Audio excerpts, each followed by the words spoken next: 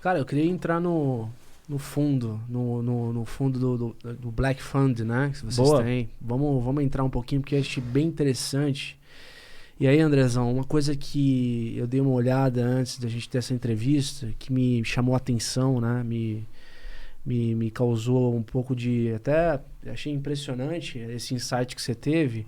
Do começo do fundo, eu vi que você tinha startups comandadas por mulheres que atingiam determinado nível de crescimento.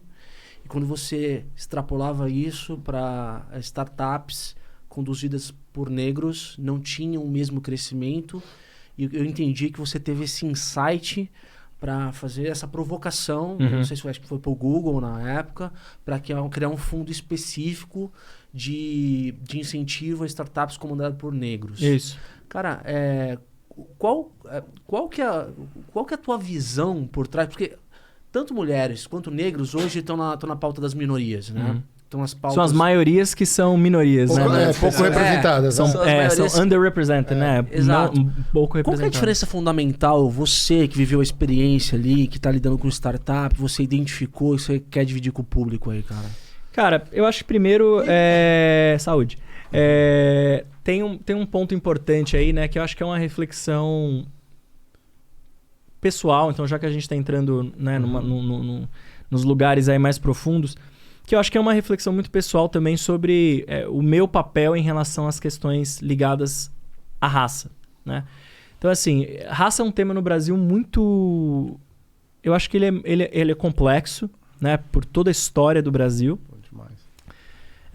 Para quem não leu, né? Eu recomendo... Tô lendo agora o volume 2, mas para quem não leu, recomendo o Escravidão, do Laurentino Gomes, né?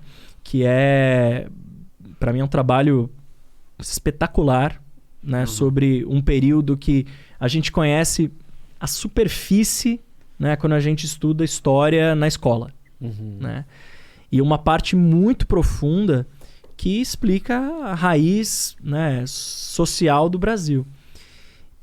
E assim, a minha mãe é piauiense, minha mãe é negra, piauiense, nascida no Piauí, veio para São Paulo. Meu pai, ele é galego, assim, brancão, mas de família baiana. E se encontraram lá na periferia de São Paulo, aqui, né, na Zona Leste. E São Miguel Paulista, se você olhar o bairro, né, é um bairro, salvo engano, pelo censo, deve ser 70% população negra, né?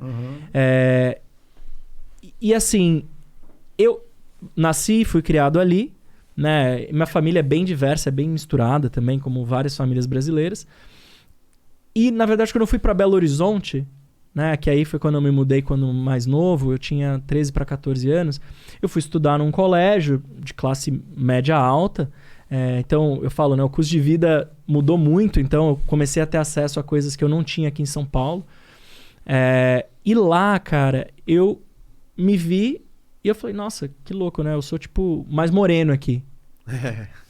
A referência, né? Eu falei, caramba. E aí... Um cara que vocês precisam trazer aqui, aliás, que é ele é meu irmão de criação, assim. E ele é o Thiago Vinhal, ele é triatleta profissional. A gente meio que se aproximou logo, assim, e aí ele me chama de negão, preto, pretinho, não sei o quê, minha família, a família dele. E aí, só que esse é um assunto difícil, assim, né? Então é um processo de reflexão lenta, assim.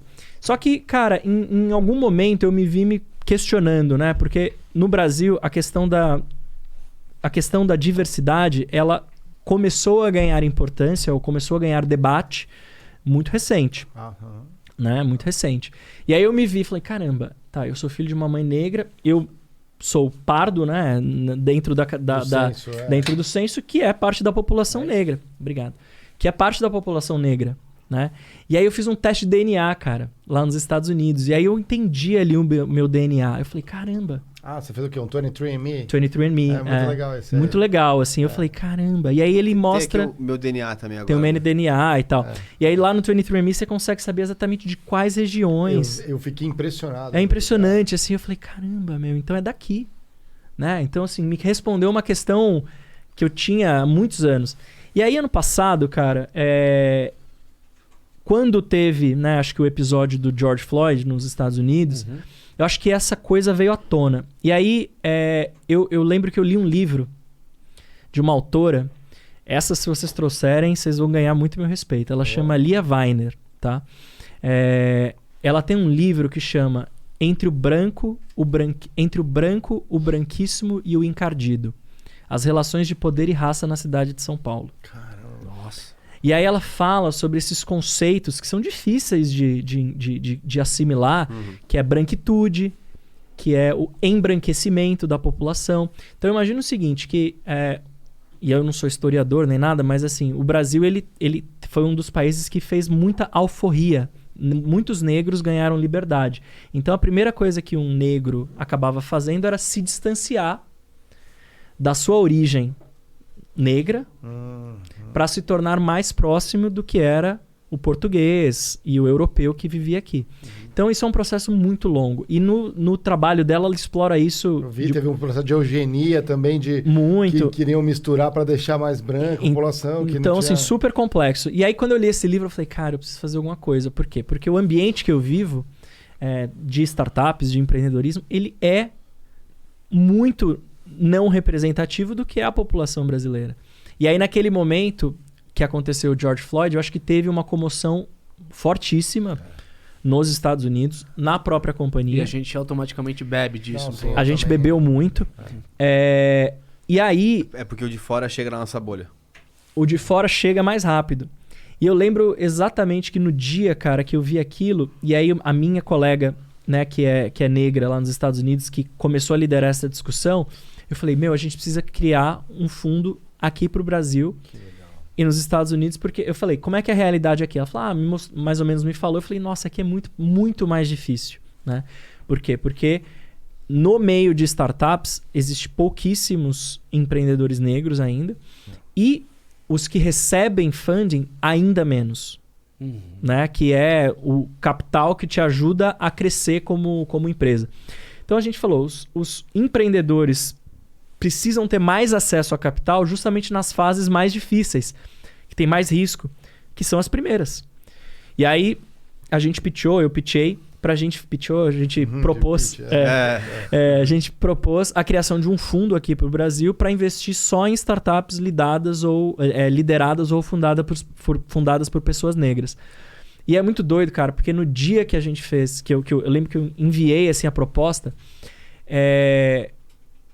eu lembro que teve um caso que eu falei, nossa, lá em São Miguel, inclusive, que eu vi no SPTV, de uma morte de uma pessoa negra por um policial, que eu falei, cara, se fosse nos Estados Unidos ia ter outra comoção nacional, mas no Brasil não é só mais... Sim, eu lembro, foi imediatamente depois, né? Imediatamente depois. E ainda assim, no Brasil virou mais uma estatística de tantas que a gente tem. Então a gente lançou o fundo, foi... uma das coisas mais incríveis assim, que eu acho que eu já pude fazer no Google e acho que na minha vida. E hoje a gente está com 17 investidas, tá? Exatamente. Entre o Encardido, o Branco e o Branquíssimo. Excelente. Maravilhoso esse livro. E aí, a gente está com 17 investidas. Nossa meta é chegar até 30 investimentos até o final desse ano. Cara, e como tem coisa legal, assim... muito fora do radar, às vezes. De empreendedores super, super talentosos que precisam, às vezes, de acesso. Então, acesso para mim, cara, passou a ser a principal questão quando eu penso no que a gente precisa fazer para o ecossistema de startups no Brasil ser mais diverso, mais igual e mais inclusivo. Porque o acesso, ele é desigual hoje. Né? O acesso às organizações de fomento, ao capital empreendedor, a tudo. Né? Então, se a gente for capaz de trazer acesso para esses empreendedores, a gente vai estar fazendo assim, algo de extrema relevância para o país. Agora, o acesso... Tudo bem, você fornece o acesso, mas vocês alcançam? Qual que é o poder de alcance? Qual que é a estratégia de alcance? Então, tem um elemento importantíssimo aí que é o seguinte, né? Eu sou um cara muito, muito nerd de dados, assim. E quando eu comecei a procurar e tentar fazer algumas análises para justificar, inclusive, o fundo, a gente achou alguns dados, mas muitos nem existem ainda. Muitos nem existem ainda. tá? Então, assim, é um tipo de dado difícil ainda de você acessar. Então, hoje não se sabe qual é o percentual de investimento em venture capital, né, capital de risco, para ou em startups lideradas por pessoas negras. Ninguém sabe ainda. Ninguém sabe. Sabe? Qual é o número de startups brasileiras lideradas por pessoas negras? A gente está descobrindo ainda. Então, a gente abriu, né, para inscrições, referrals, né, indicações. A gente teve quase 800 inscrições. Tá? Então, a gente falou, putz, então a gente está mapeando aqui. São as pessoas que estão proativamente falando, né, eu sou um empreendedor ou uma empreendedora negro ou negra. Tem né? Sou acionista majoritário desse Exato. Então, legal. a gente começou a mapear isso, porque os dados, inclusive, não estão exatamente disponíveis. Então, a gente está entendendo qual que vai ser, de fato, esse alcance à medida que a gente está construindo. O que eu posso te dizer é o seguinte. Esses números, eles ainda são muito pequenos. Tá? Então, a gente vai investir em 30, mas tem uma oportunidade muito maior ainda. E o que a gente quer é, de fato, continuar fazendo isso. Mas a gente não quer fazer sozinho. Eu falo que a gente tem que trazer mais gente, mais fundos, mais empresas, mais investidores anjo, para co-investirem, para buscarem junto com a gente, porque é aí que esse movimento vai virar, de fato, que é uma marola, ele vai virar uma onda grande. Né? Então, é uma transformação que eu falo. Eu falo que eu gosto de trabalhar em coisas que são transformações de sistemas. Assim. Então, é uma transformação de sistema que a gente está fazendo. E eu creio muito, cara, que a gente vai ver o resultado do que a gente está fazendo agora daqui a 5 anos. Sim.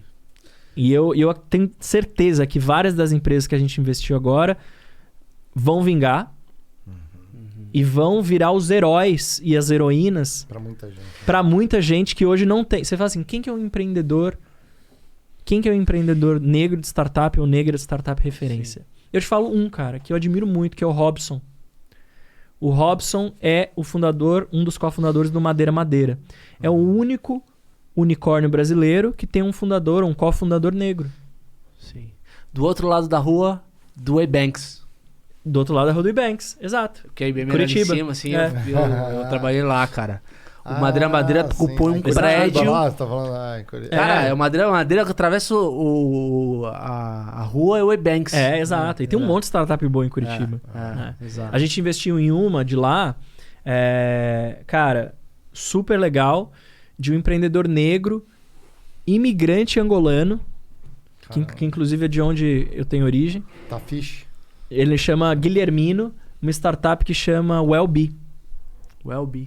Tá lá em Curitiba também. Qual que é o core do cara? Cara, dados B2B, dados sobre saúde que vão nutrir toda a parte de conveniamento de saúde, metrificação, parametrização. E isso que você tá falando é tão bonito que assim tem muita startup também surgindo. Porque você falou assim, eu tenho um problema, não tenho dados, não conseguimos alavancar. Mas já tem muita startup nesse contexto também surgindo, e já com alguma experiência, tentando resolver justamente esse problema. Muito. Que uma preta, Afrobusiness, Preta Black Hub, Money. Movimento Black Money, tem vários, assim. Então, é um ecossistema... Afropolitan, é um ecossistema que está se organizando também. Só que é um ecossistema, cara, de altíssimo potencial. Altíssimo potencial. Entendeu? Sim. Então, assim, é esse tipo de trabalho que eu acho que me dá vontade de fazer, porque é o que eu acho que transforma o país. Eu acho que o grande desafio que a gente vai enfrentar e que eu acho que... Por isso que é tão importante a educação, né? Que a gente mencionou no começo. Cara, muito. O quanto a gente pode formar cada vez mais pessoas qualificadas, todas as raças, mas em especial com esse cuidado com os negros, pela falta de oportunidades que eles têm. Mas a grande virada, acho que ainda vai ser o momento em que o negro, o preto, não vai ter que necessariamente fazer algo para os pretos. Não vai ter que fazer necessariamente algo que chama black alguma coisa. Não vai ter que fazer algo que chama... Indica uma preta. É a não questão, né? É a não questão. Exato. Acho que esse é um passo muito importante agora, por isso que é importante a gente criar essas identidades e unir as comunidades. Mas o futuro, que acho que todo mundo espera, é que quando isso passe a ser relevante.